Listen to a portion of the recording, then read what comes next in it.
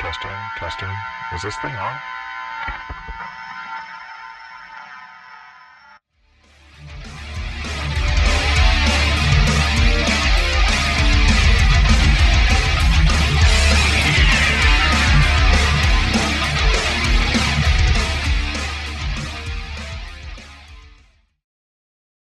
It's been forever since I've actually done an interview. You guys are my first one in almost a year now. It's just been, hectic over here, and got new setup going on, and just kind of slowly putting things back together. But yeah, thank you guys for being my first ones on the show. Sure. So, tell me about this new album. Well, just like you, we're back. Life happens to everyone. This album, we started the process back in 2020 when we started like pre-production, figuring out what we wanted to do. Because obviously, Rat King and Black Sleep came out in 2020. Then the events of 2020 occurred, Yeah. and it's just been a slow build out of that. Like we were still gigging, still playing some shows here and there, but you know what we were making, we felt that it was important. And, like it just felt like a true leap in terms of the songwriting. Everything about it sonically was bigger and bolder. So we really took our time to tune it the right way, uh, because we make music for our own sake. We say it in the band practice space all the time that every song we like, every song we write is an Atlas song, no matter if it sounds one way or another. And so we were just making sure that everything we were putting together into that fit that mold of, did we like it? Would we listen to it on our own time? And I think the album we put together, truly, like I was listening to it today and I was like, man, this album is just good. Like if I wasn't in this band, I would want to see this band. Right. And it's funny that you say that, because I mean, I you sent it to me this morning, and I've been listening to it all day. This is my day job behind me, so I mean, I was listening to it all day, and I'm like, okay. So I mean, there was a couple songs that I listened to multiple times, and I was like, wow. That kind of hits, different than a lot of the other stuff that's being, put out right now. So, I mean, I really enjoyed, hold on a second. I actually got the tracks right here. Hold on. Yeah, of course. The Scarlet Women. Mm-hmm. So, I mean, you've got like the Scarlet Women, the Thief, the Drunk, the Ritual. I mean, what was the thought process of coming up with some of these names? I see a lot of them share the same "the." Yeah. So this has been an idea that I've had for a long, long time, to the point where if like those of you in existence that own the physical version of the first Atlas record, on the last page in French, in small print, is the title of this album released 6 years later. So I already had an idea of where I wanted to go story wise. Like I leave it up to Nick and Sonny, the guitarist, to figure out the music. But like story wise, I had an idea of where we wanted to go, which is Tales of the Other Side of the Grave. So it's a concept record from beginning to end. So if you listen to it all the way through, it tells the story of a journey person. Create your own character if you want, kind of Skyrim, Fallout, and you can. This traveler comes upon a town, a village, and then they go upon the escapades throughout that village throughout the course of a night, only to realize if they don't escape the village by sunup, their soul is trapped with all the other souls in the village. And so the cast of characters are each song, and the different people you meet and the perspectives of who they are when they were living and how they are now trapped forever in those final moments of their being. So it's just a big concept. I could see that, like you said, the village, and got the forthcoming and the front lines, the waltz, is kind of the dance of being able to Yeah. leave the village. I mean, I'm Mhm. completely and totally on the same wavelength, but and if I remember correctly, I think that during that COVID, I think that was the first time that we all spoke, and I think that you had said something Mhm. about that. Uh, with the Rat King, that line in the French, because I remember you had said something Yeah. about that. So yeah, I mean that's interesting how things have come full circle since then. You Mhm. know, I mean that's what, gosh, 4 years now since we had that I, conversation. I know. So so, I mean, are you guys still collectively the same band that you were back then, or has there been any Mhm. changes? Well, we added a guitar, so now we have the twin axe attack. So uh, we had a gentleman working with us. His name was Oscar for a good portion, and then as COVID was ending and careers started opening back up, he had to make that responsible choice of taking a career path, which was very beneficial for him. So makes sense. But Right. we had another buddy who was in bands in Orlando, thrash bands like Chernobyl. His name is James Tucker, and we just got along with him great. And so we invited him over, and he's the perfect sort of chocolate to the peanut butter of Sonny, because Sonny is this like classic Scotty and James Hetfield like this riffer, and James is a slick player, wants to just bust out all these licks, and it's been nice to have that new tool set. Even Right though it on. makes the practice space smaller, but Hey, I mean, sometimes, I mean, it just happens that way. I mean, like, my studio, I'm sure that you guys saw the wide, view, and I would have loved for you guys to have been here tonight. I mean, unfortunately, my kid got sick, but, that kind of happens. But, I mean, the practice space gets smaller as you grow, and it just, it does. it happens that way. But it's a benefit too, because obviously when we were doing pre-production, like Nick did all the pre-production, he did all the demoing. So when he wasn't playing drums, he brought in all this audio equipment. So like we're actually tracking the demos inside the unit. So even less space, And then it Mhm. was fun watching Nick have to. He'll play. I mean, he'll tell you better than I, but he'll play it hard, like and then sweating, be like, all right, let's do a take, and then you have to get up and go to his computer and So, Nick, I mean, are you, for the most part, are you the guy that's responsible for, like, a lot of the instrumentals, or I mean, what's the Usually dynamic like? yeah, usually how it's worked is we'll start with a riff and then we'll kind of build like a drum idea behind it. And then that kind of flows a little bit of the song, whether we do that in like a software, like write out all the parts, or we do it in the practice studio. We kind of see, well, what feels good here? What's next? We got a bunch of extra riffs. Can we fit one of these here? What kind of makes sense? Okay. But I think it's very collaborative because we always sit at the end and go, does it feel right between everyone? Not necessarily just between me and Sonny. And that's a good thing. I mean, because I mean, I mean, and not taken away from anybody else, because everybody's got their own styles and everybody's got their Yep. own way of doing things.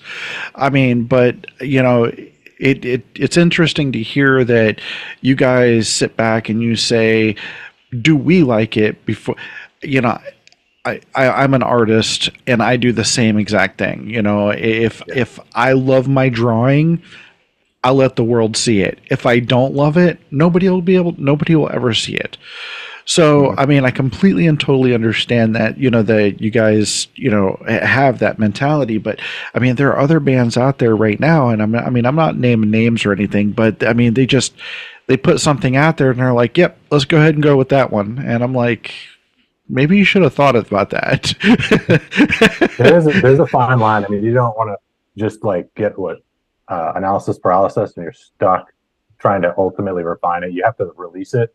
But yeah, it was nice, especially during COVID. One of the perks was we got to really take our time with things and draw it out as we wanted to see it. more so than just like, all right, we've got X amount of time to try to write this song, let's do it. And it definitely helped doing pre-production on the back end, doing recording, because we had all our structures ready for Stu. So when we rolled in, he wasn't like, how does this song even go? What are you guys even doing? We had it all laid out. We had click track and everything. So he's like, all right, I get it. Okay. So, going back to, me saying that, I'm an artist myself. How did you, who came up with the album artwork? So that actually was a amalgamation of, I think each of us had an idea of what we wanted.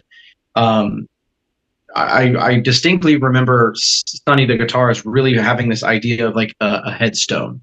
He really wanted some sort of tombstone, headstone, something. And then I want to say Nick was really on this idea of having a rose window or some sort of circular, because the album in itself is circular, like in terms of the story and all of that. And then we all at the same time, we love things that we love when you go to a record store, even though this album is on your digital device.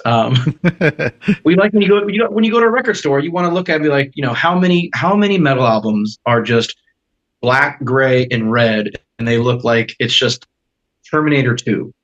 Like, oh, cool, you did another Judgment Day album cover.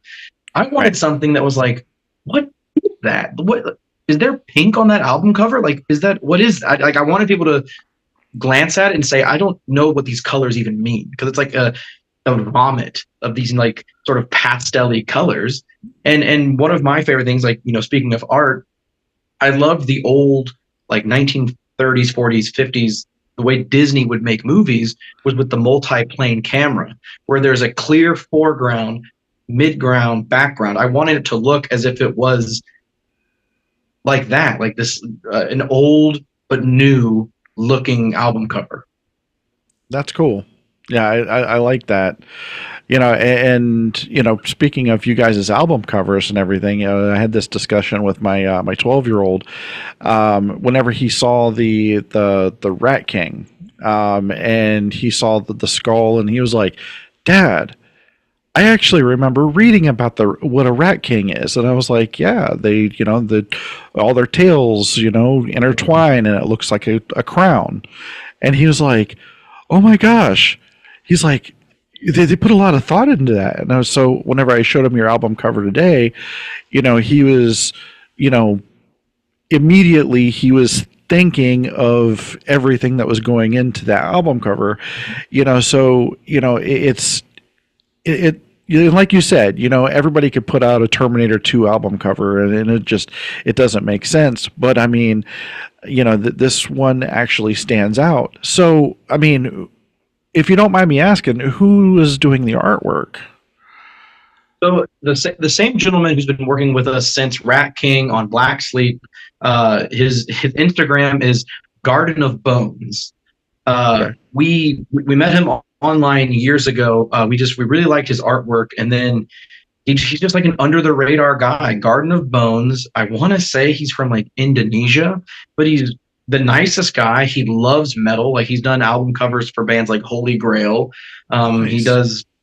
I know. And so when we met him and we started talking, his sensibilities about like what he likes art to look like, he likes the hand-drawn look. And it was so remarkable watching, like, as obviously it's now digital and all that, but we have the original like sketches that he made, from our Waffle House napkin sketch to his actual sketch pad. It's like, oh my God, like, how did this come together? But he's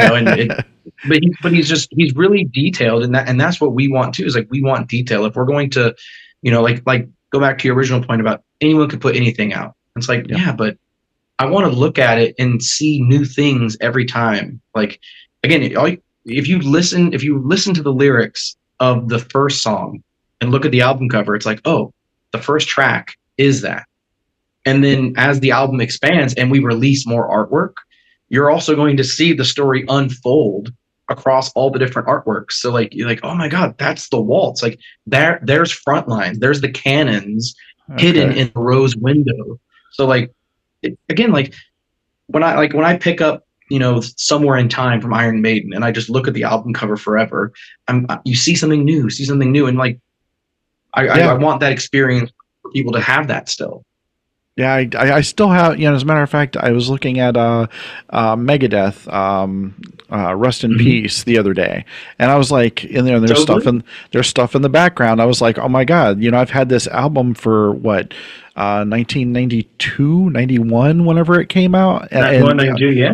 Yeah, and I was like, and I've never seen that stuff before, and it's like, what the hell, It's like, I guess I didn't look at it that well.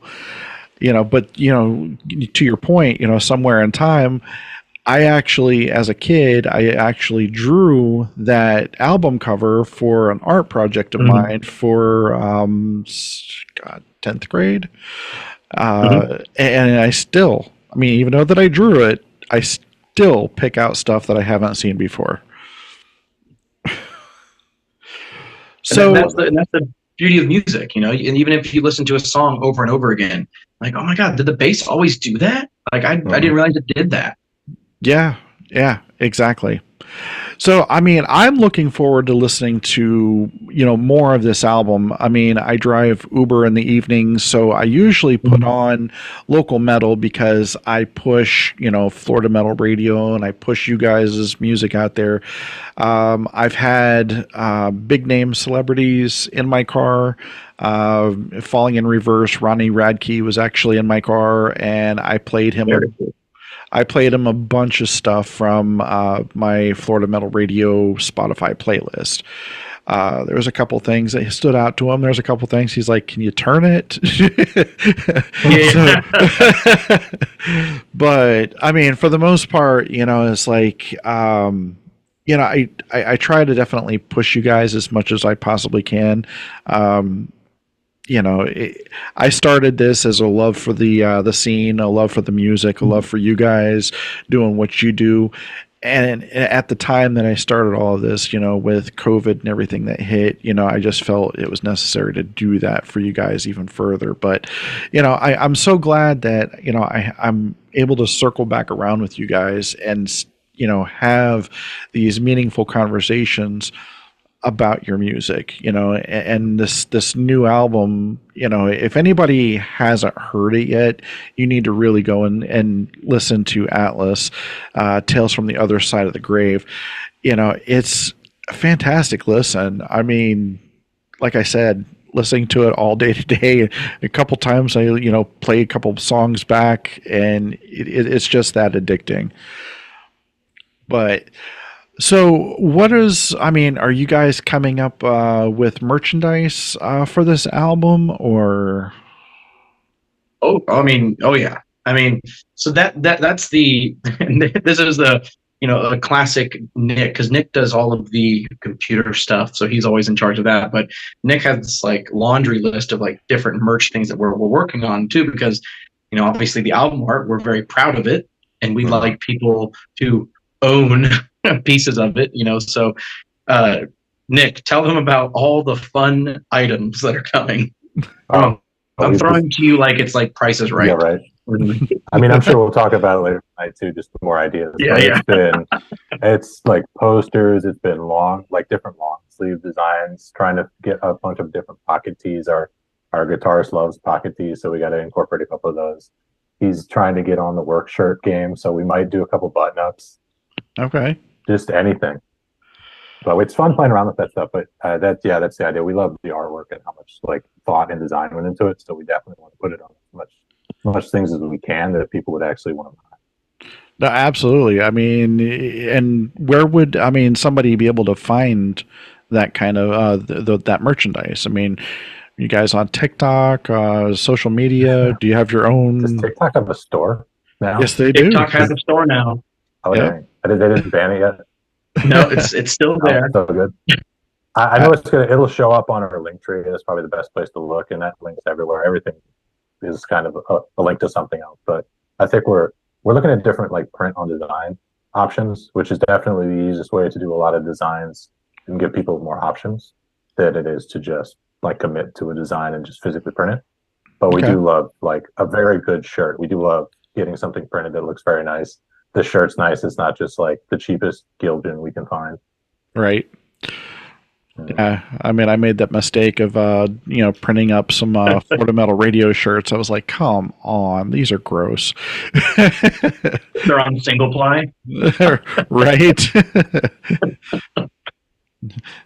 Oh no! I mean, as a matter of fact, the debacle that I had here last year, whenever I made up all of those Florida Metal Radio shirts with all of the band names on the back. Damn, yeah. Yep. So whenever I did that, and the drop shipper that I was going with was so horrible. I mean, they couldn't read English. They couldn't respond to my emails. And it was, I had nothing but problems with them. So in the middle of all of that, I had to probably turn around, it was like 30 or 40 orders.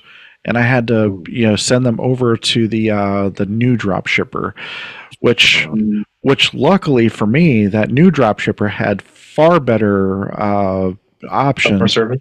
and they were closer. Nice. The first drop shipper was in Japan or something like that, and the second drop shipper was in Georgia.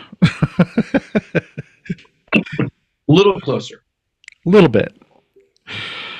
Oh man. So